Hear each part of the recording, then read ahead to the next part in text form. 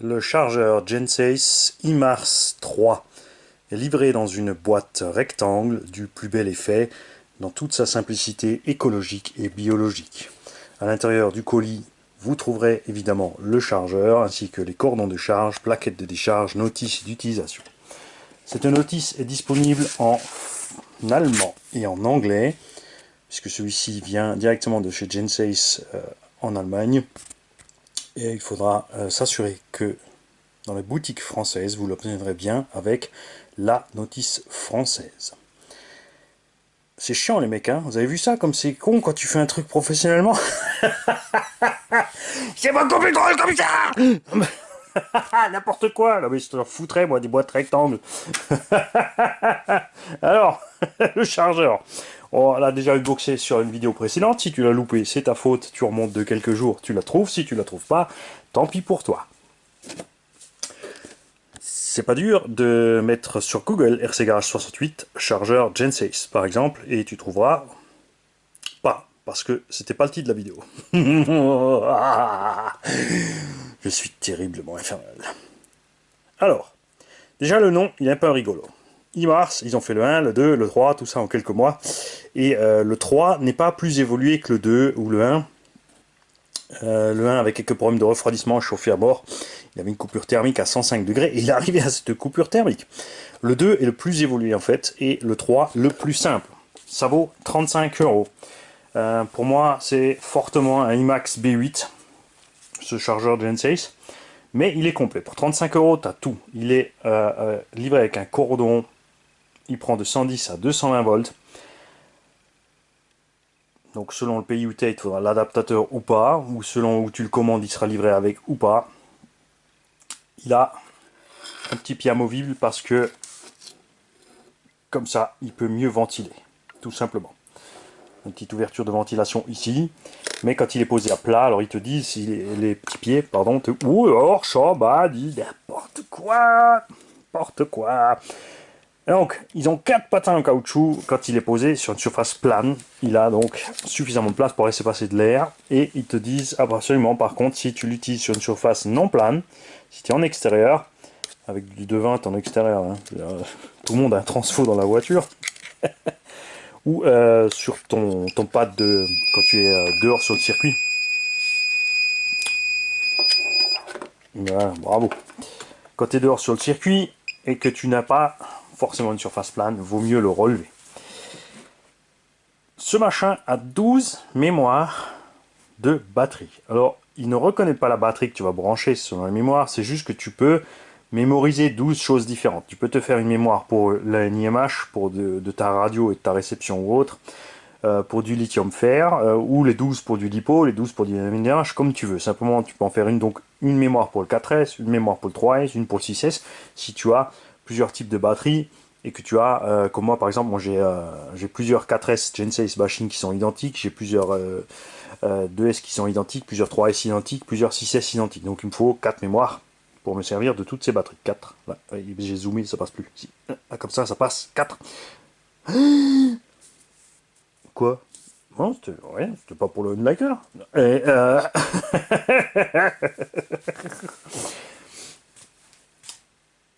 le fonctionnement ensuite est très simple et comme sur tous les chargeurs IMAX, enfin tout ce qui est SkyRC et autres, vous allez voir, c'est exactement la même manip. Il n'y a pas de bouton à l'extérieur, c'est juste tu passes le doigt, ça fonctionne. Alors, là évidemment c'est marche arrière et stop. Là tu changes de fonction par le haut et par le bas, increase ou decrease. Enter, tu mets en route. Enfin tu choisis la valeur, start, tu démarres. Comme d'habitude, il n'y a rien de nouveau. Tu as la sélection des programmes, un lithium battery meter, mais ce machin-là ne te donne uniquement juste le voltage de chaque cellule et le voltage de la plus haute et de la plus basse, ce qui est une farce puisqu'il ne donne pas les résistances. Les autres chargeurs indiquent la résistance, c'est là que le test est intéressant pour savoir si tu as une cellule qui est défaillante ou pas. Là, tu as juste le voltage.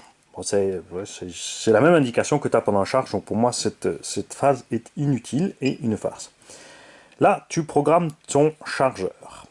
Pour aller dans le système 7, tu appuies Enter. Tu as le timer de sécurité que tu peux mettre sur off ou on, évidemment. Et quand il est sur on, tu choisis le temps. C'est-à-dire que tu peux choisir que ton chargeur s'arrête systématiquement au bout d'une heure de charge. Il faudra par contre y penser. Si tu as l'habitude de charger tes batteries relativement fort, on va dire, il charge 5 ampères. 100 watts. Donc une 2S, une 3S, il arrivera à charger à 5 ampères, c'est pas un problème. Si c'est une 5000, donc un 1C, 4S, ça va devenir problématique selon la batterie. Et 6S, il ne pourra pas sortir 5 ampères sous 6S, c'est pas possible. Donc tu vas avoir l'habitude d'avoir ton timer pour ta 2S à 1 heure. Tu vas brancher une 6S, tu vas oublier que ton timer est bloqué sur 1 heure. Il va te biper pour te dire que ta charge est finie. Tu vas croire que ta batterie est pleine et elle n'est pas pleine. En fait, elle sera juste arrivée en coupure de temps. Moi, je travaille sans ça. Je laisse toujours sur off personnellement. Si tu sais que tes batteries en général sont chargées en 2-3 heures, rien ne t'empêche de mettre une sécurité en plus et d'enclencher ce machin à 3 minutes 30, à 3h30 ou 4h, etc. pour être sûr qu'il ne reste pas allumé. Enfin, il restera allumé, mais qu'il ne continue pas à charger.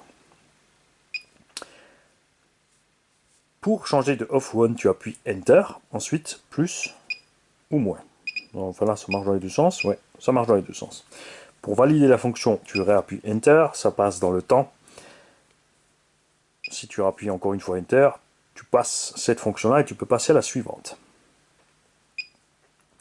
Capacité cutoff. Là, c'est pareil. Si tu as plusieurs batteries de types différents, cette capacité-là est un problème, puisqu'il faut revenir à chaque fois dedans quand tu changes la batterie. Là aussi, moi, je travaille sans.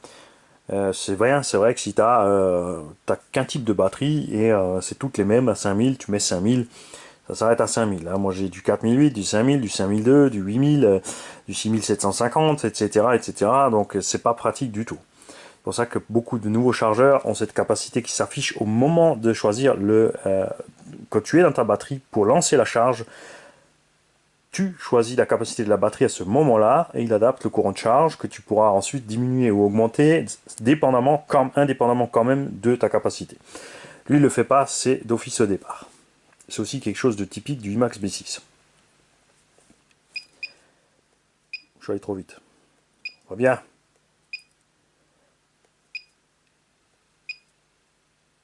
En gros, en fait, ce chargeur est juste simplifié pour tu vois, tu peux choisir ton timer, tu peux choisir ta capacité.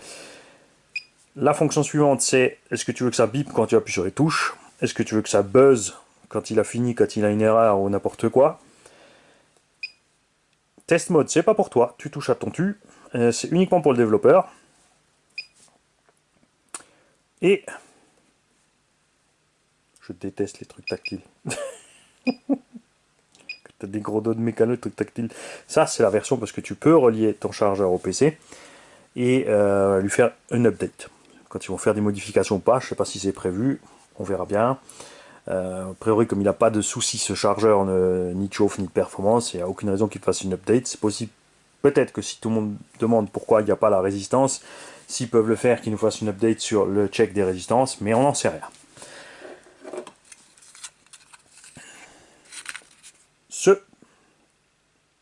Cette platine de décharge est prévue donc pour le GST de 2 à 6S et pour le XH, il me semble, avec les prises en haut. Donc ça c'est moins courant sur les batteries auto, c'est plus pour les batteries de drone. Chez Multiplex aussi ou chez Grotner par exemple, on a ce genre de prise.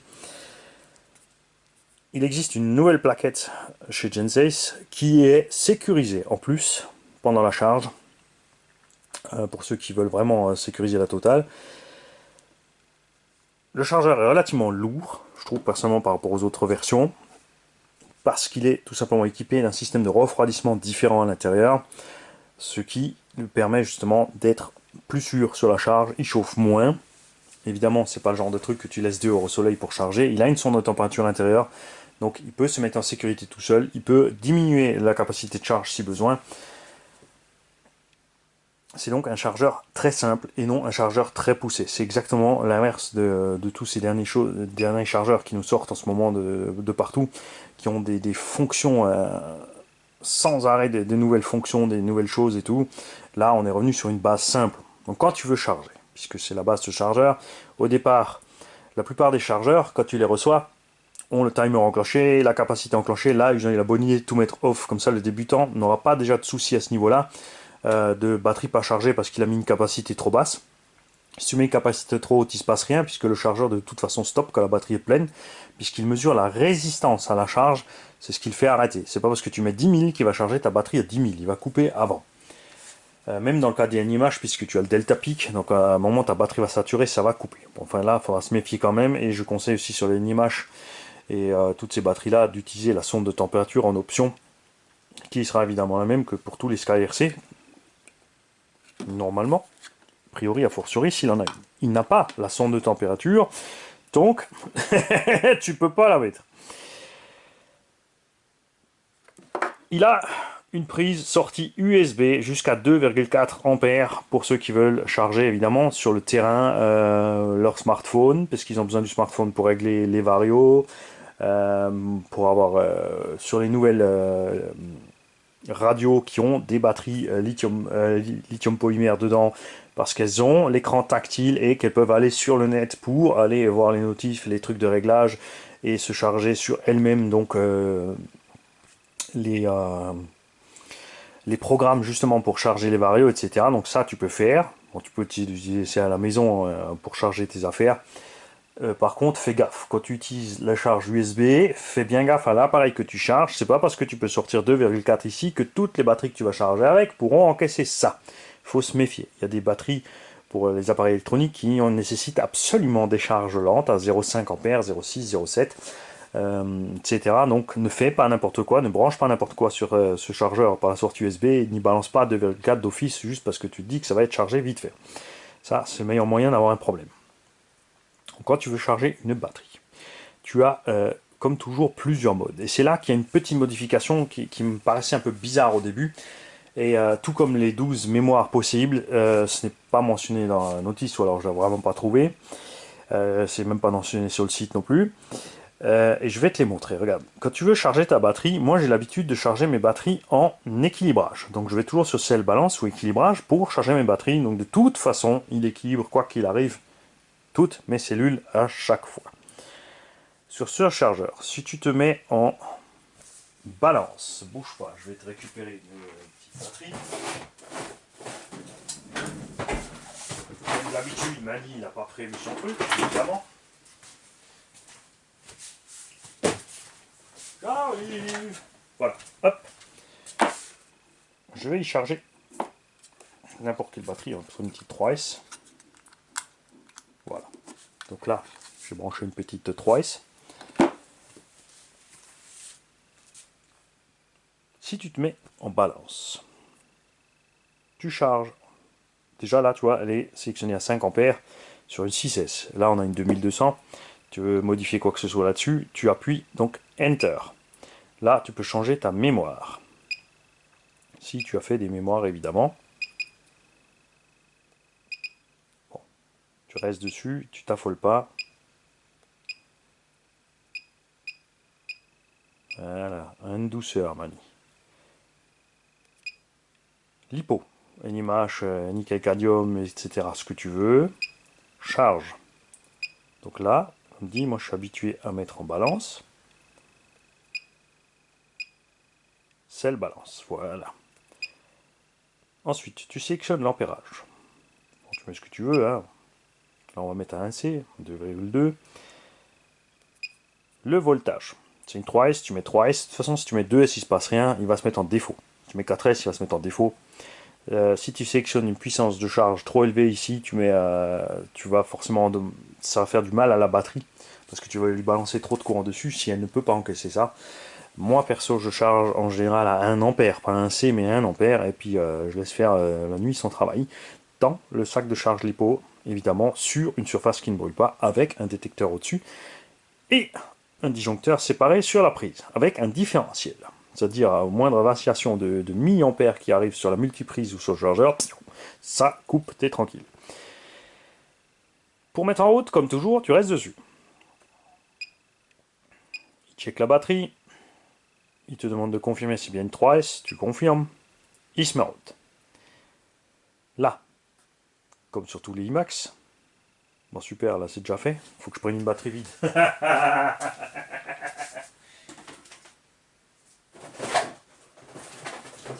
Perdu, et c'est encore. Alors, on va se prendre une batterie qui n'est pas chargée. J'espère que tu as le temps ce matin de faire ton popo tranquille. Hein. Je me dis, ces prochains temps, on va se focaliser sur au moins juste une vidéo le matin. Ok. Je te remets ça en route. Check. Ok. T'as le petit ventilo qui se met en route. Tu appuies sur plus, il t'indique le voltage de chaque cellule. On est d'accord? Ensuite, il ne se passe plus rien. Tu peux pas choisir d'autres fonctions, tu n'as pas de résistance ni de machin ni de bidule. Tu descends, et là, il te met le N voltage 1230. C'est là la première étape que tu ne comprends pas, parce qu'il n'y a rien à ce sujet dans la notice. Et j'ai envoyé une petite question piège, d'ailleurs, sur la vidéo officielle de Gen6. Ils n'ont toujours pas trouvé la réponse. Il est vilain, le mani. Il te met N voltage 1230. Pourtant, pour charger pleinement une 3S, il te faut 12,6 volts. Tu ne peux pas modifier cette valeur. Et ce coup, tu comprends pas. Et bien en fait, c'est parce que c'est uniquement pour la fonction d'équilibrage. Parce que si tu mets 12,6, dans certains moments, pour équilibrer la batterie, il serait obligé de monter certaines cellules un peu plus haut, puisqu'il balance du courant sans arrêt aux autres cellules. Et ça pourrait lui poser problème. C'est pour ça qu'ici, tu as 12,3. Donc si tu veux charger ta lipo avec ce chargeur, tu ne passes pas sur la fonction balance. En fait, tu dois passer sur la fonction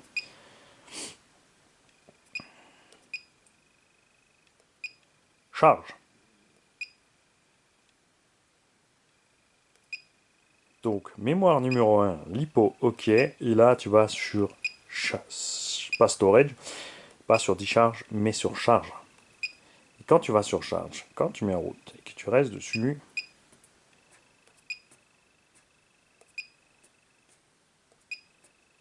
tu as bien un stop à 12,6. Et tu noteras que là, la charge est en route, le ventilo ne se met pas en route. Pourtant, il est bien en train de charger. On va l'en faire.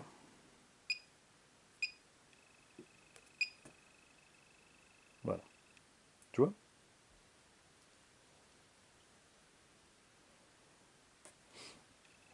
C'est tout ce que tu peux faire avec ce chargeur, rien d'autre. Mais, faut lui dire, c'est bien. 35 €. Tu as le chargeur simple, utile, efficace, sécurisé. Ça, c'est le bon côté des choses, parce que pour 35 € en général, tu te retrouves avec un chargeur 4S maximum. Le plus souvent aussi des chargeurs qui nécessitent, bon, ça y est, c'est quand même mis en route là, le ventilo, qui nécessitent une alimentation extérieure, alors que là, on a vraiment un chargeur à 35-40 € qui peut charger des lipos jusqu'à 6S en toute simplicité. Et ça, c'est sympa. Alors, ce que je vais essayer avec ce chargeur, évidemment, on va lui faire charger une grosse batterie. On va lui mettre une 4S 8000.